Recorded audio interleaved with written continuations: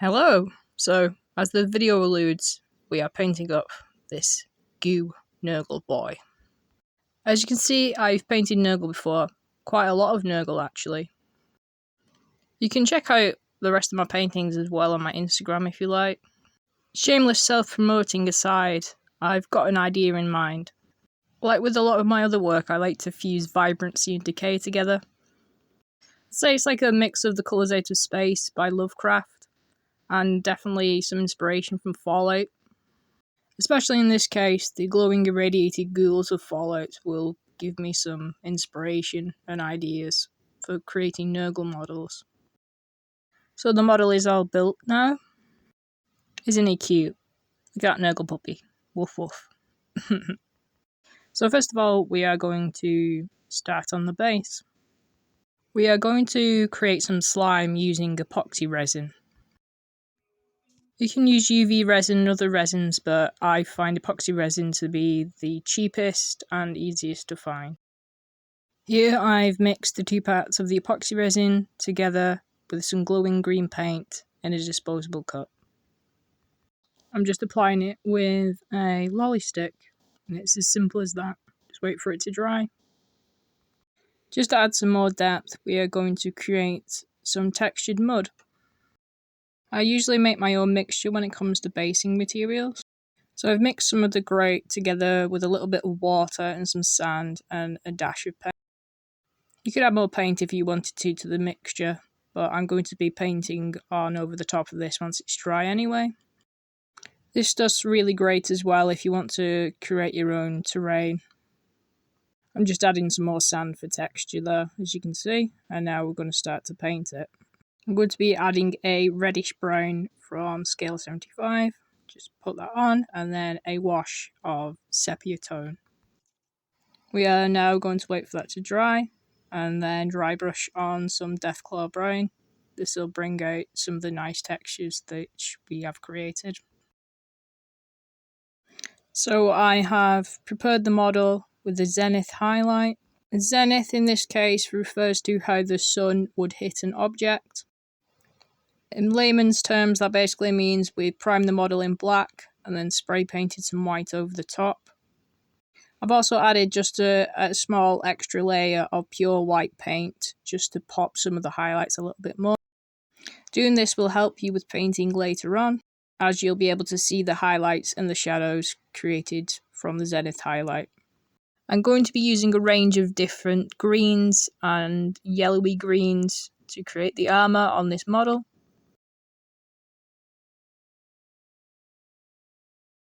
I forgot to add as well, I added some sand and glue to some of the metal parts to create some extra texture and rust. So we're going to start off with the darker tones. As I said before, that zenith highlight we've created by spray painting black and then white over the top will create some cool shadows and highlights we can follow. I'm keeping the paint fairly watery at this stage, but it will gradually become thicker and thicker as I want to create some nice textures, as this is a Nurgle model after all. So here we get some slightly closer up shots of this handsome boy. I've started to add some more of the lighter greens and slightly mixing them in with that darker green. I'm just gradually adding more and more paint here. Just playing around with it, blending it together. As you can see here as well, I like to make my own paint holding handles. I just use a plastic container and some double-sided felt tape. Now I'm starting to add some yellowy greens to this, a little bit thicker this time. I'm starting to go in as well with some of the previous paint to blend them together slightly. I'm not after perfect blends, I want to try and create some textures as I said before. This is a painting technique I like to use a lot of, it's called impasto. Impasto is traditionally an oil painting technique. You gradually build up layers and textured blends basically. This technique can bring canvas work to life and add a lot more depth to it. I'm still following that zenith highlight I've created previously. So this is starting to come together nicely now. The paint's getting thicker and creating our nice textures and giving it an overall more Nurgle and rotten look to it. Again, we're just gradually building these layers of paint up and blending them together. So I'm fairly happy with the model at this stage. It's definitely encapsulating my vision of vibrancy and decay. I decided as one last touch to add a little bit of purple as a wash into the recesses. If you ever want your models to pop more, you can add a contrasting colour to the shadows or the recesses. If you don't have a colour wheel, I highly recommend you get one or print one off from the internet. Learning about colour theory and adding different colours adds so much more depth to your models. Next, we are going to paint the trim using Doombull Brown. This is one of my favourite browns of all time. Just adding it to the trim and the edges.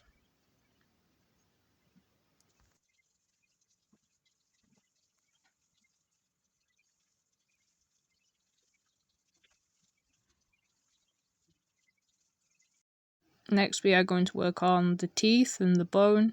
So we're just using this bone colour from scale 75.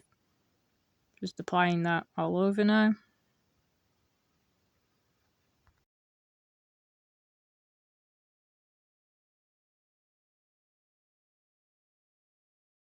Next, we are going to start on the flesh. I'm using a Blight-Hauler rose pink tone. Just putting that all over the fleshy parts.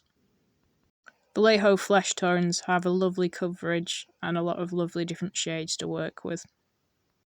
Next, we are going to work on the metallic parts. I'm using a Dark Star Copper. This is my first time using this metallic, so I'm looking forward to it. As you can see, it's got a really lovely coverage and a nice vibrancy to it as well. I'm just applying this fairly thick, as again, we're going to make these look rusty and crusty.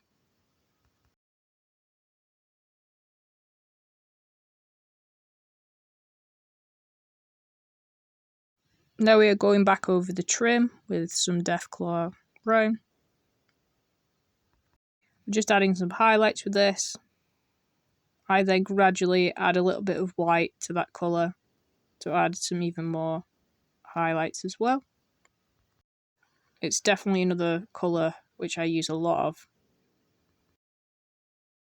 We are now going to be adding a sepia tone wash to those teeth and those kind of bony back parts, and also to the metallic parts too. Sepia wash always looks great on metallics in my opinion. It brings out the colours quite a bit, and in this case as well because we want it to look a bit more rusty and crusty. We are now going to go back over the flesh, so I'm just using this turquoise colour by Blight-Hauler. These colours complement each other, and it also makes the flesh look a bit more dead and a bit more sickly as well.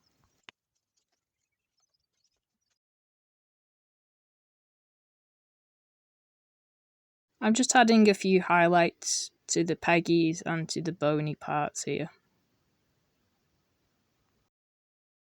Now onto one of my favourite parts. We are going to be adding some oxide and some Troll Slayer orange to create some additional weathering and rust to the metallic parts. That sand and glue I added in the early stages has created some really nice textures. You can also do this by adding baking soda as well instead of sand. So I'm just dry brushing this on now. I've left it quite chunky and quite moist, so to create some additional texture. These colours as well add an additional pop to this vibrancy and decay which we're trying to create. So this is coming together really nicely now as intended. I'm loving the colours.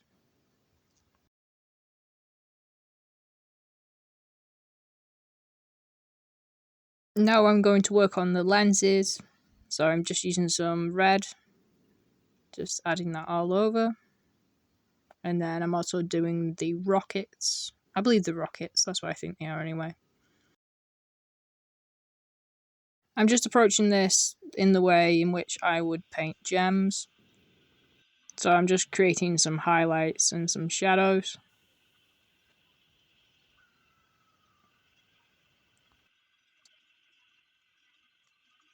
So this is the model pretty much finished now. I'm happy with this. It's definitely vibrant and it has this element of rust and decay to it.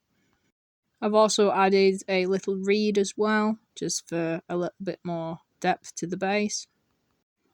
Obviously there's always more you can add and nuances, etc. But as I always say, perfection doesn't finish models. So here are just the final few photographs. I'm really happy with this. It's definitely turned out as intended.